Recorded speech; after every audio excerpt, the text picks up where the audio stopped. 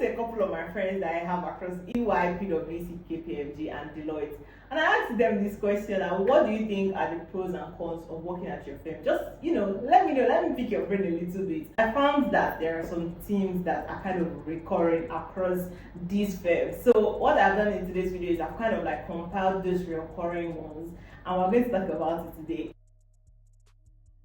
Hello everyone and welcome back to the YouTube channel. I am Rhoda Olabisi. If you're here for the first time, I need you to smash that subscribe button, okay? It really helps my channel to grow.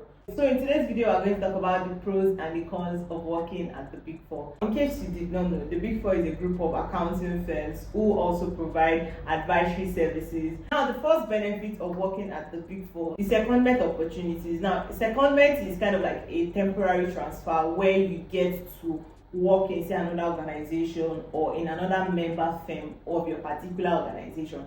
So let's say, for example, you work at KPMG Nigeria, you could get seconded to KPMG Australia, KPMG USA, or maybe you're working in KPMG Nigeria, there is a client, an XYZ client who needs a staff loan. Maybe there is a position that they're trying to fill immediately and then they need someone who has the expertise within your firm. There could be a staff loan, or you could be seconded to go and work at that organization for a period of time. So this happens quite often within the Big Four. Now, typically, these secondment opportunities are typically kind of limited, and the people who get these opportunities are typically people who are high performers. So your performance evaluation is typically a factor for you to get the opportunity to get seconded to another organization or another member firm. The second benefit is professional development. Now, apart from the training that you get on the job, they also said that the Big Four typically would sponsor their professional exams. So exams like ICANN, ACCA, CISA. These exams are typically very expensive. I know that ACCA is about £1,000 and then CISA is about $753 or something. They are very expensive and they are in foreign currency. If you are in say KPMG Nigeria, Deloitte Nigeria, EY or PwC, for example, if you are going to pay for these exams, the Naira equivalent will be in millions, right? So, of course, you would want an employer who is invested in professional development, who is willing to pay for you to take these professional exams. So, people who I spoke to said that in the Big Four, your professional development is kind of a priority to the employers. So, they would pay for your exams, and what you have to do is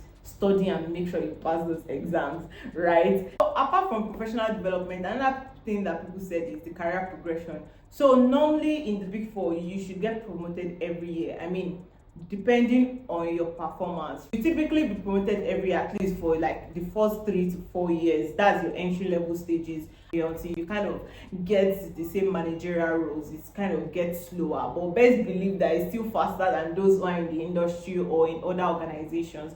So apart from the career progression, another thing that they said was the exit opportunities. Now, if you're working in the Big Four, you are hot cake because you are exposed to different clients' problems across different industries. Yeah, you could work in the oil and gas sector, you could work in banking, you could work in financial services, you could work in consumer markets, you could work in like a lot of industries, especially if you're in consulting, because you're probably on like multiple projects at the same time. So you're exposed to a lot of industries, you're solving a lot of different problems at the same time. So best believe if you are looking to leave the Big Four, or if you are looking to go into the industry, or if you are looking to go to another organization, for example, people will be looking out for you. Apart from the fact that you have that say reputable Big Four on your CV, it's also about what you are bringing. It's about your exposure. It's about your expertise. It's about the transferable skills you are bringing. Because if someone at my level, maybe you have say 2 to 3 years experience working in the Big Four, you probably had the opportunity to kind of speak to stakeholders. So you're able to kind of have meaningful conversations with people, even on the executive level, really. So there's stakeholder engagement, there's time management. There's just a lot of skills and expertise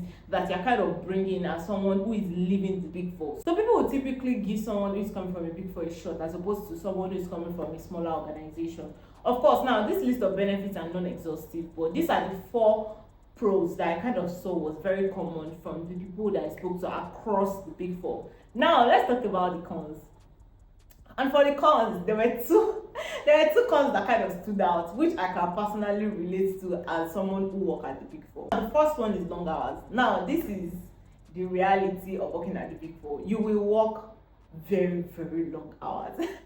Okay, so now if you are someone who work-life balance is very important to you or is a priority for you, you may probably want to consider working somewhere else, because the reality is that you would have to work say 11 p.m. till 12 a.m., 1 a.m., 2 a.m. There are some midnights that I have worked as someone who is working at the Big Four and that my colleagues have worked, but that is just the reality. If you are someone who is looking for the kind of perks or the exit opportunities that comes with working at the Big Four, these are some of the things that you have to compromise on. But if you're like, no, I want time for my personal life, you want to be able to do this, you want to be able to do that, you may want to consider some other, organizations.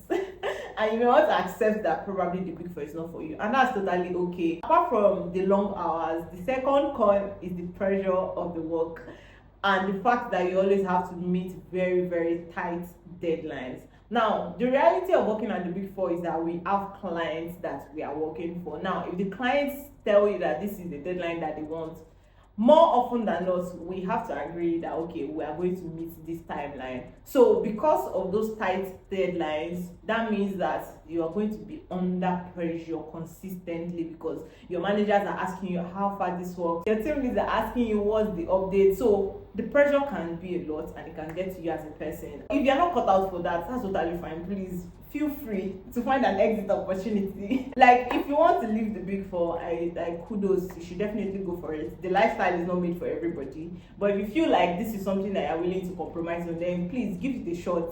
I post a lot of videos on how to get into the Big Four on my channel. Just check out those videos, and it's kind of like help you get information that will kind of increase your chances of getting recruited, right? So those are the two cons: the long hours and the work pressure. The work pressure is a lot. I'm not going to sugarcoat it. Those are the benefits and the cons that I was able to kind of gather from the people that I spoke to across the Big Four. And that has brought us to the end of today's video. If you have any other benefits and cons as someone who is currently working in the Big Four that you know of that I have not mentioned, please drop them in the comment section. I would really like to see your opinion on this subject. Do not forget to smash that subscribe button and give this video a thumbs up.